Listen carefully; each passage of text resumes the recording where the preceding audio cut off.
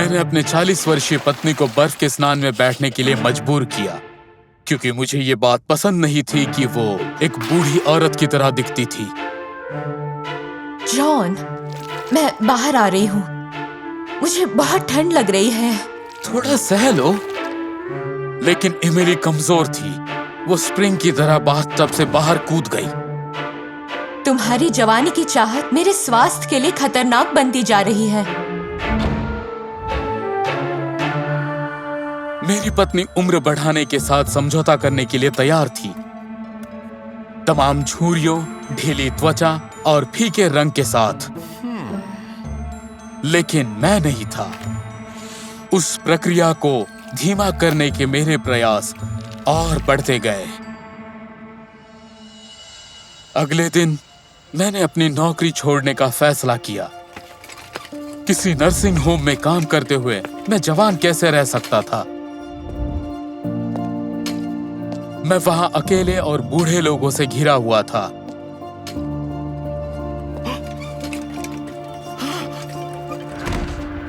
उस शाम मैंने अपनी पत्नी को अपने निर्णय के बारे में बताया। वो चौंक गई। आखिरकार हम मेरे वेतन पर निर्भर थे, लेकिन मैंने एमिली को आश्वस्त किया कि सब कुछ ठीक हो जाएगा। हमारे सामने पूरा जीवन पड़ा है। पैसे कमाने के लिए यह काफी समय है। फिर मैंने उसे अपनी आजादी का जश्न मनाने के लिए आमंत्रित किया।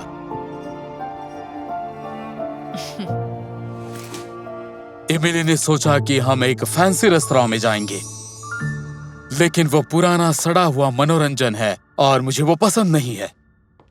इसीलिए हम शहर के एक नए ट्रेंडी नाइट क्लब में गए। मैं बहुत खुश था, क्योंकि मुझे यही चाहिए था। दर्जनों युवा, प्रगतिशील लड़के और लड़कियां जीवन का आनंद ले रहे थे। मैं तुरंत अपनी पत्नी को डांस फ्लोर पर ले गया ताकि वो माहौल को महसूस कर सके। लेकिन एमिली को यह विचार बिल्कुल पसंद नहीं आया।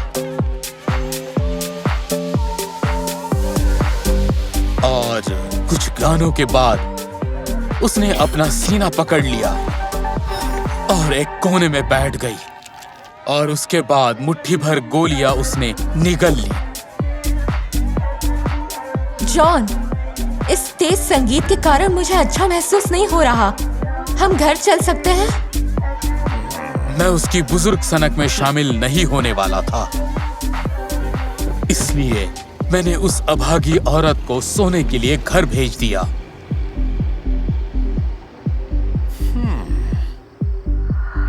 और नए ट्रेंड के बारे में सब कुछ सीखना शुरू किया।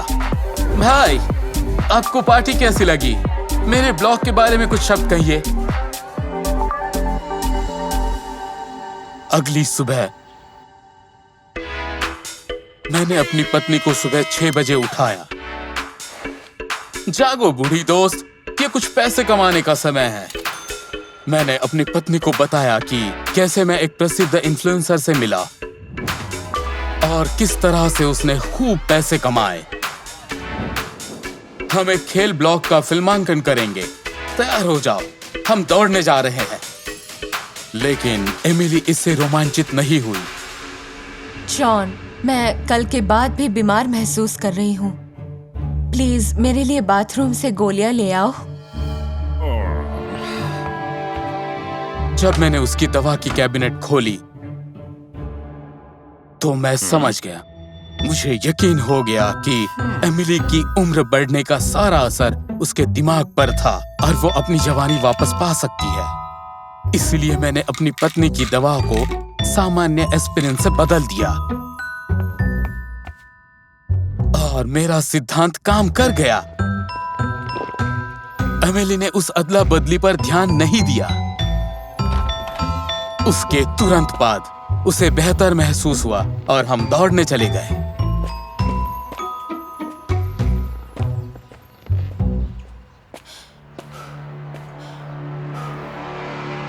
लेकिन इससे पहले कि हम एक भी ब्लॉक दौड़ पाते,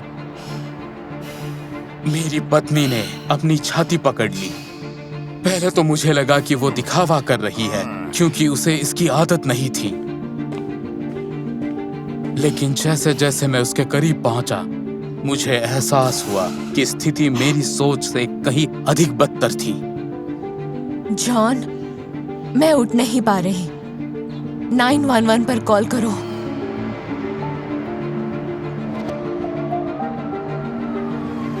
एमिली को अस्पताल में भर्ती किया गया। डॉक्टर ने मुझसे कहा कि मेरी पत्नी को और आराम की जरूरत है। इससे मुझे गुस्सा आ गया। आराम? आयु बस एक संख्या है।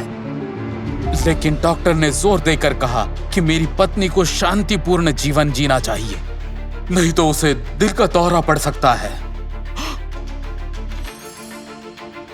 मुझे एमिली के ठीक होने का इंतजार करना पड़ा। मानसिक रूप से मैंने मौज मस्ती भरी जिंदगी को अलविदा कह दिया। लेकिन तभी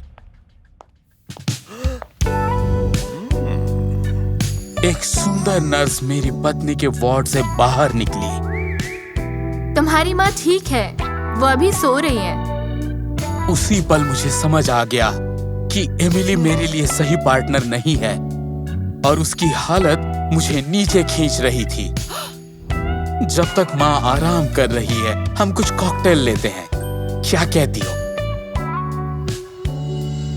मैंने नर्स से डेट पर चलने के लिए कहा। उस रात को हम एक साथ बिस्तर पर सोए। हमारा अफेयर बहुत तेजी से बढ़ा। युवा, आकर्षक और ऊर्जा से भरपूर रेचल ने मुझे एक नया जीवन दिया। रात भर नाचना, बहुत कम घंटों की नींद, खेल कूद और ढेर सारे अन्य मनोरंजन करना। आखिरकार मैं अपने लक्ष्य तक पहुंच गया। मुझे युवा महसूस हुआ। मैंने एमिली को तलाक के लिए आवेदन करने के बारे में बताया। जब वो अस्पताल में ठीक हो रही थी, मैंने उसे अपनी सारी बचत सौंप दी ताकि मैं उस बोझ से छुटकारा पा सकूं। हालांकि कुछ समय बाद मुझे कुछ कठिनाइयां होने लगी। सुबह बिस्तर से उठना मेरे लिए और भी मुश्किल होता जा रहा था। मुझे मांसपेशियों में ऐंठन सी होने लगी थी और नींद की कमी से भयानक सिर दर्द हो रहा था। मैंने सारा दोष इस तथ्य पर मढ़ा कि मेरा सारा शरीर अभी भी मेरे नए जीवन का आदी हो रहा था। मेरे पास पर्याप्त पैसे भी नहीं थे, क्योंकि मेरी नई प्रेमिका कुछ ज्यादा ही बड़ी मांगे करती थी। मुझे मजबूर होकर एक बार में रात में काम करना पड़ा और जल्द ही मेरा शरीर इसे और सहन नहीं कर पाया। जब मैं दूसरी बार दौड़ने के लिए उठा तो मुझे बहुत बीमार महसूस हुआ। तेज माइग्रेन की वजह से मुझे चक्कर आने लगा। मुझे अपना कॉन्टैक्ट लेंस ढूंढने में भी काफी समय लगा। हे हैंडसम, मुझे कब तक तुम्हारा इंतजार करना होगा? खुद को शर्मिंदा होने से बचाने के लिए मैंने लेंस को रहने दिया। हमने एक ब्लॉक भी पार नहीं किया था जब मुझे सांस लेने में तकलीफ होने लगी। मैं आराम करने और कुछ ताकत हासिल करने के लिए चौराहे पर रुक गया। उसी समय एक मिनी वैन कोने में घूम गई। मेरी नजर खराब होने के कारण मैंने उस पर ध्यान नहीं दिया।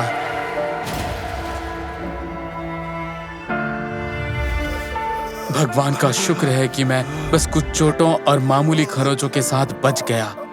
कार धीमी हो गई और रेचल ने मुझे फुटपाथ पर खींच लिया।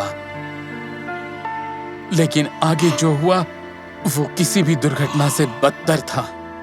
मेरी युवा प्रेमिका को ये उम्मीद नहीं थी कि मैं एक दयनीय बूढ़े आदमी में बदल जाऊंगा और उसने मुझे अस्पताल में ही छोड़ने का फैसला कर लिया। आई एम सॉरी, लेकिन तुम मुझे नीचे खींच रहे हो। आखिरकार मुझे एहसास हुआ कि मैं अपनी उम्र छिपा नहीं सकता और मैं एमिली के पास वापस चला गया। क्योंकि उसे इससे कोई परेशानी नहीं थी। देर हो चुकी है। मुझे कोई ऐसा मिल गया है जो सिर्फ अपने बारे में ही नहीं बल्कि मेरे बारे में भी सोचता है। बिना प्यार, पैसे और मेरी नकली जवानी के मैं वापस उसी नर्सिंग होम में काम करने के लिए चला गया, उन लोगों को देखते हुए जिन्हें मैं समझता था कि ये मेरा भविष्य नहीं है। भविष्य कुछ अच्छा है जिसे मैं जाने के बाद भी लंबे समय तक पीछे छोड़ सकता हूँ।